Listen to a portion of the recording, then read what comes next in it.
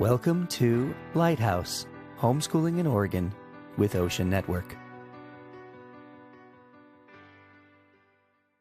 We are joined today by Shelli Wanvig from the OCEANetwork board. We are glad she's with us because she's going to be sharing all about homeschooling high school in Oregon. And we're going to go through the requirements and some tips and encouragement to get you started. Now, we have 6 kids. We're graduating our first. And how many kids have you graduated, Shelli? All 4. All 4. And you homeschooled them from the beginning? Is that true? Yeah. So before we get into the details of this, are there any general tips that you have to share with people about getting ready to homeschool high school? Because it can be a pretty intimidating time for a lot of homeschoolers, even experienced ones. It can seem daunting, but this is really about preparing your children to launch into adulthood.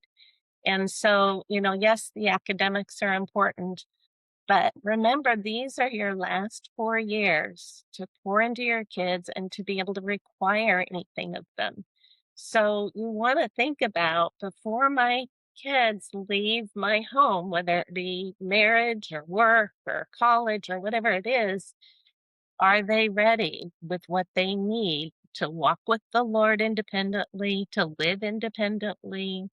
Are they ready for life outside my home? I imagine there's a fair number of homeschooling families who feel confident they've got their younger children and through the grade school area, and then they look at high school and suddenly they're feeling insecure about what happens next in that journey. Are there any additional requirements for homeschooling high schoolers in the state of Oregon? No, the only requirement Oregon puts on homeschoolers is the test at the end of grade 10, just like they had at the end of grades 3, 5, and 8. It's just that standardized test, and that's it.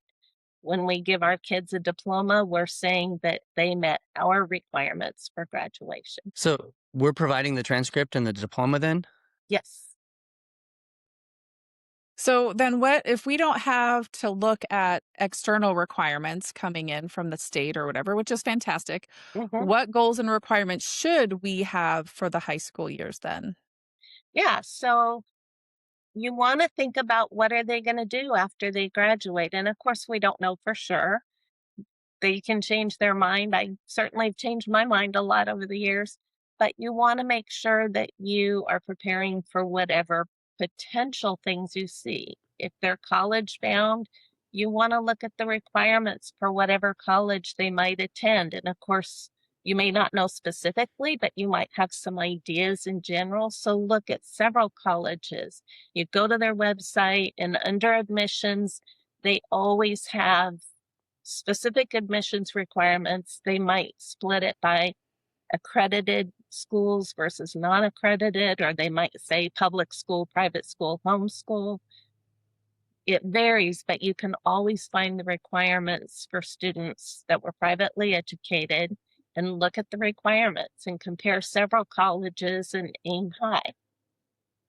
If there are other things that you think they might do, think about how you're going to prepare them for that.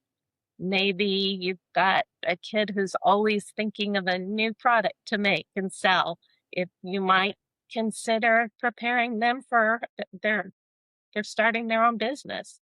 Maybe instead of algebra 2 or trig, maybe you might think about business accounting, financial management kind of classes.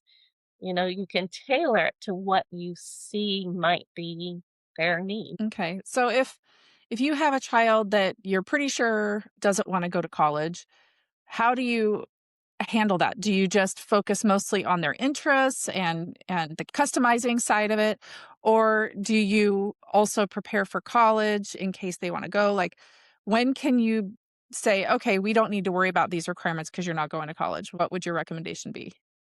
I would hate to think that I left my kids short of the requirements they might need. So I would aim high, even if you, and I've told all my kids, college isn't necessarily the goal. You spend a lot of money, and depending on what colleges you're considering, I don't think a lot of those options are good ones.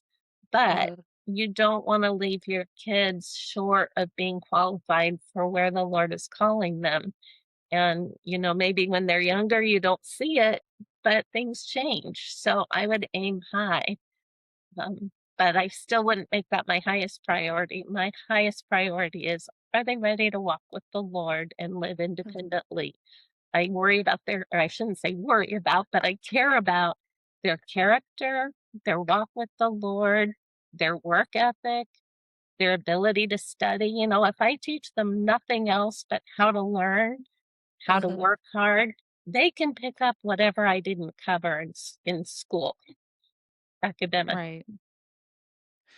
Let's say that you have a mom out there or a dad who, they've already started the high school journey, and, maybe they haven't quite prepared their child yet, or they haven't done as much as they could have to, go in that direction. What would your suggestion be? Maybe they've got like 2 years left of high school. What would you suggest they do to kind of get to where they need to be by the time they graduate? Wow. I mean, that's going to be really individualized, but there are ways you can make up time. Of course, you can do summer classes if you need to. A great option is to do online college courses and give them dual credit. And there are a few benefits to that. One semester, one college semester, like 3 to 4 hour class, is a full high school credit. So you can accomplish 2 credits in 1 year, which is nice if your student is up to it, which is great. And then they start college already having some college credit, and it looks great on the transcript. So that could be one option. If you have to, you could do a 5th year. There's no rule that high school has to be in 4 years. It obviously doesn't look as good on a transcript, but if it works, you can do that. So how do parents prepare a high school transcript? I mean, if they're looking at a blank page and going forward and they're getting ready to make this, I mean, where do they start? And do colleges and universities even accept them when they're made from homeschooling families? Yes, absolutely. And that didn't used to be the case. It's kind of interesting. If you look at older books on how to homeschool high school, they'll tell you how to make your transcript look as professional as possible, which is good. I mean, you should anyway. But give your school a name and try to hide the fact that it's a homeschool. Now, a lot of colleges and universities are actively looking for and recruiting homeschooled students. They're recognizing their value. So most colleges that I've looked at their websites and universities will accept homeschool credits, absolutely. Or I'm sorry, homeschool transcripts. So, and how do they prepare those transcripts? What does a parent do? How do they start? So I would start with a map, because you've got 4 years and you've got a lot of things to pack into those 4 years. So, just on my own, I made a little spreadsheet with 4 columns and several lines. So I had a column for each school year, and then each line I put a subject and goals for credits. And there are a few reasons I did that. You don't want to get to the end of high school and realize, oh, we forgot 2 years of foreign language. Whoops. You want to have a plan. And of course, during the course of those 4 years, things could change. Opportunities could come up, or you might change gears on particular subjects. But if you don't have something to aim for, you're sure to hit nothing, right? So I like to map out the 4 years, and I tried to balance the subjects that I knew were going to be harder for particular kids and not load them all up in 1 year. So I would try to focus on, okay, if this really tough class for them is going to be their junior year, I'll try to go easier on some of the other things, if that makes sense. And then go ahead and make your blank transcript. I would say do it as soon as you can, so that as they start completing courses, you can get them entered in the transcript as you go, and not be at the end of 4 years trying to remember, oh, what did they do their freshman year? What grades did they get? It's all there ready to go. Yeah, one thing that really helped me when our oldest was, of course, with the oldest, we always think way ahead. With all the rest, it sneaks up on us. But with the oldest, I was like, I've got to wrap my head around how to do this because I'm not naturally an organized type person when it comes to this kind of stuff. So I can't remember who suggested this to me, but another homeschool mom suggested starting in the 8th grade, just starting with, get a transcript up, start getting in the habit of writing things down and tracking things and keeping a box with their stuff. And that really helped me because it took about a year for me to get into the habit of doing it. Yeah. So, yeah. Well, and they can take high school level classes in 8th grade. Yeah, You don't have to wait until they're a that's true. certain age or grade to start high school courses. Mhm. If they can do the work, they get the credit. How do you calculate those credits for high school? How do you make sure that your transcript and the work that you're doing is matching the requirements for high school credits? So there's not a standard, like, this is what constitutes a credit, but there's kind of some general understanding. First of all, if they complete a high school course, a textbook or curriculum, whatever, that's an automatic credit. If you're designing your own class and you're being more creative and kind of pulling materials together, roughly 180 hours of work is 1 credit. So that is roughly 45 minutes to an hour of work per day will be a credit. And of course, half of that or half a year would be a half credit. It's not that you have to keep logs of their time or anything like that, but it just gives you an idea. Mhm. Another option is they could study for the CLEP test in a subject or an AP test. And if they do independent study or you study with them and prepare them and they pass that course, that's a credit, no matter how much or how little time they spent with it. Mm. And then the college courses I mentioned, 1 semester is 1 full high school credit. What about dual enrollment? I know it's a really popular thing right now with a lot of students to start early by doing dual enrollment. And I know you mentioned doing online classes and getting credit for those, but this is a little bit different. Can you share a little bit about that? Honestly, very little because it's not an option I was interested in or looked into. You can enroll your students in public high school, and if they can't offer the courses that you want, my understanding is they will pay for college courses.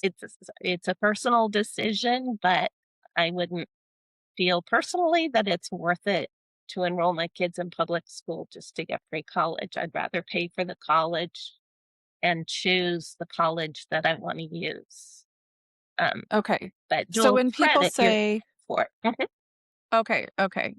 So maybe that's a distinction. So dual enrollment, when people say dual enrollment, that is specifically a public school program where you're enrolling in public school and then through that doing a college credit as well. Whereas you're talking about what did you call it? Dual credit, where Credit. you would actually, enroll them in a college level class at, an online college or something, and then you would also give them credit as a high schooler for Exactly. it. Okay. I hear That the makes sense. terms used interchangeably sometimes, but they're really different.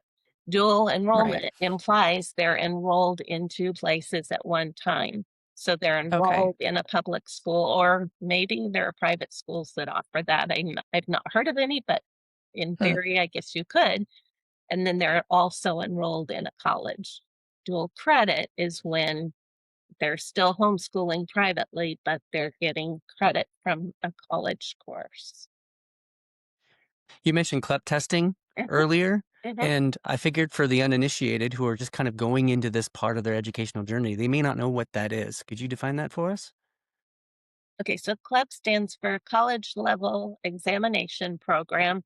And essentially, it's an opportunity for students to demonstrate their proficiency in a subject without having to take the full course.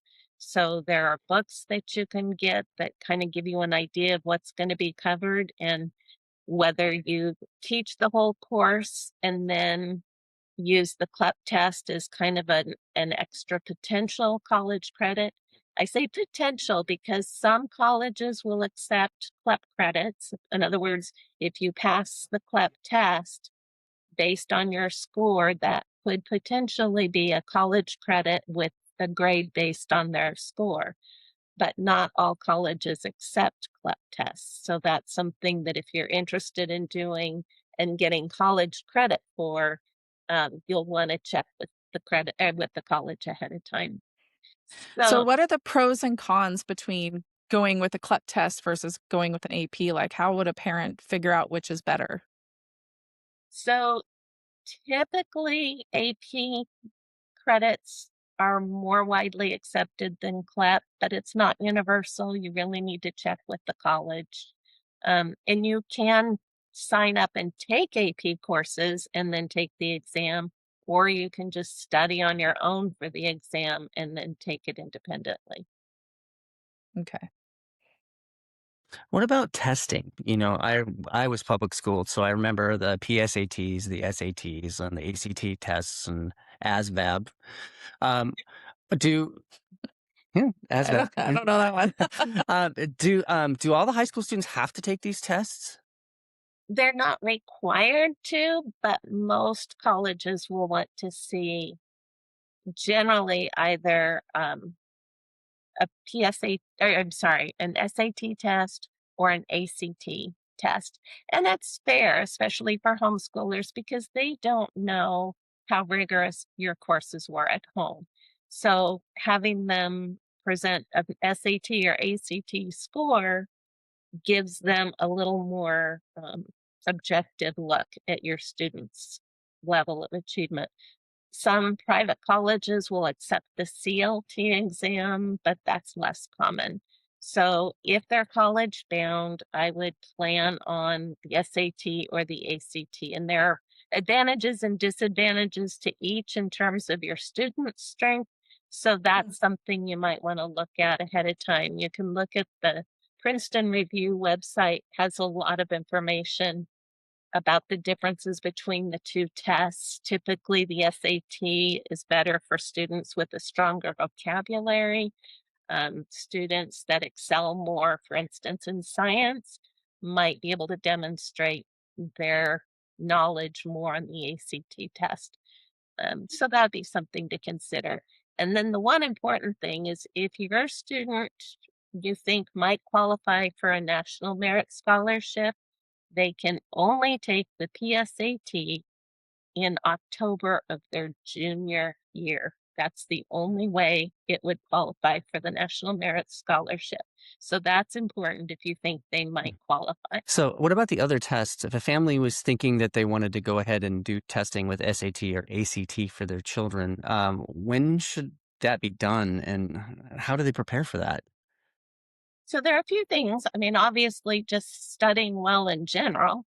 There are books that allow students to practice. They can actually take a practice SAT test on the College Board website, collegeboard.com, I believe.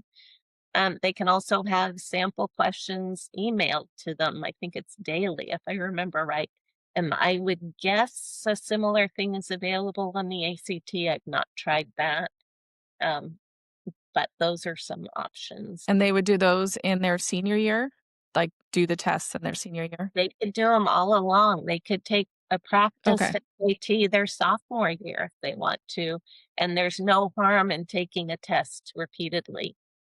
The Okay. only one that counts as to when they take it is that PSAT for the National Merit Scholarship. Otherwise, they can take both tests. They can take them multiple times and pick their highest score.